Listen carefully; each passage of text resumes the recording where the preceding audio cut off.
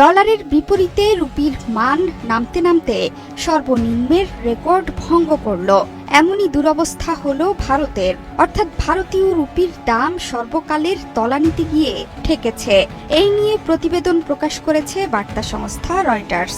রুপির ধারাবাহিক দরপতনে উদ্বেগে ব্যবসায়ীরা। কয়েক মাস ধরেই রুপির দর রুখতে বাজারে হস্তক্ষেপ করছে আরবিআই।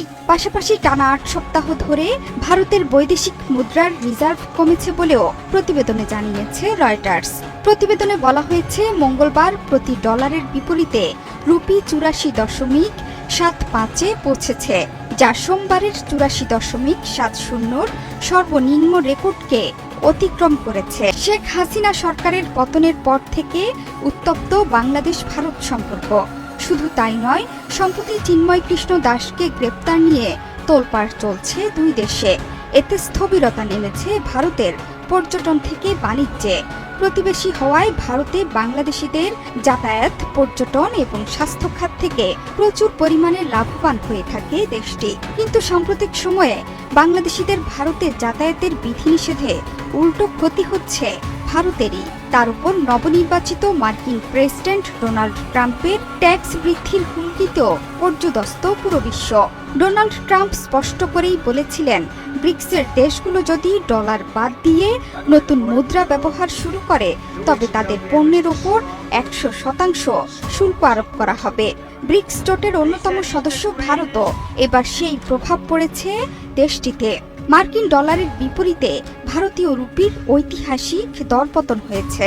একজন শীর্ষস্থানীয় মুদ্রা ব্যবসায়ীর মতে, রুপি ৮৪.৫০ থেকে বর্তমান স্তরে পৌঁছানো তুলনামূলকভাবে বড় কোনো প্রতিরোধ ছাড়াই হয়েছে।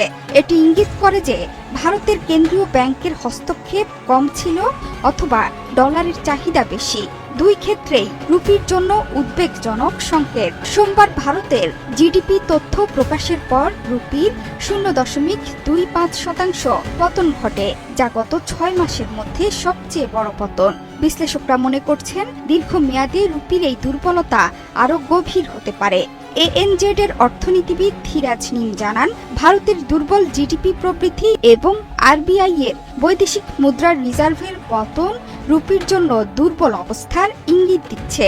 অর্থাৎ দেশটির অর্থনৈতিক পরিস্থিতি এবং বিনিয়োগকারীদের আস্থার অভাব রুপির পতন অবশ্যম্ভাবী করে তুলছে। বাজারে এখন আরবিআই এর কার্যকর পদক্ষেপ খুবই গুরুত্বপূর্ণ। রুপির দরপতন আরও হতো, তবে মঙ্গলবারের দরপতনের পর আরবিআই এর হস্তক্ষেপ এবং বিদেশি ব্যাংকের ডলার বিক্রির ফলে কিছুটা ঘুরে দাঁড়ায়। দ্য ইন্ডিয়ান এক্সপ্রেস বলছে, ভারতের অর্থনৈতিক প্রবৃদ্ধি ধীর হওয়া এবং বিদেশি পুঁজি বিনিয়োগের প্রভাবে সংকোচনের ফলে রুপির দাম কমেছে। এছাড়া ব্রিক্স অন্তর্ভুক্ত দেশগুলো যদি সাধারণ মুদ্রা তৈরি করার চেষ্টা করে তবে আমদানি করা পণ্যের উপর ১০০% শুল্ক আরোপ করা হবে বলে হুমকি দিয়ে রেখেছিলেন ডোনাল্ড ট্রাম্প। এর প্রভাবও পড়ছে রুপির দামে। Desk report, BE news.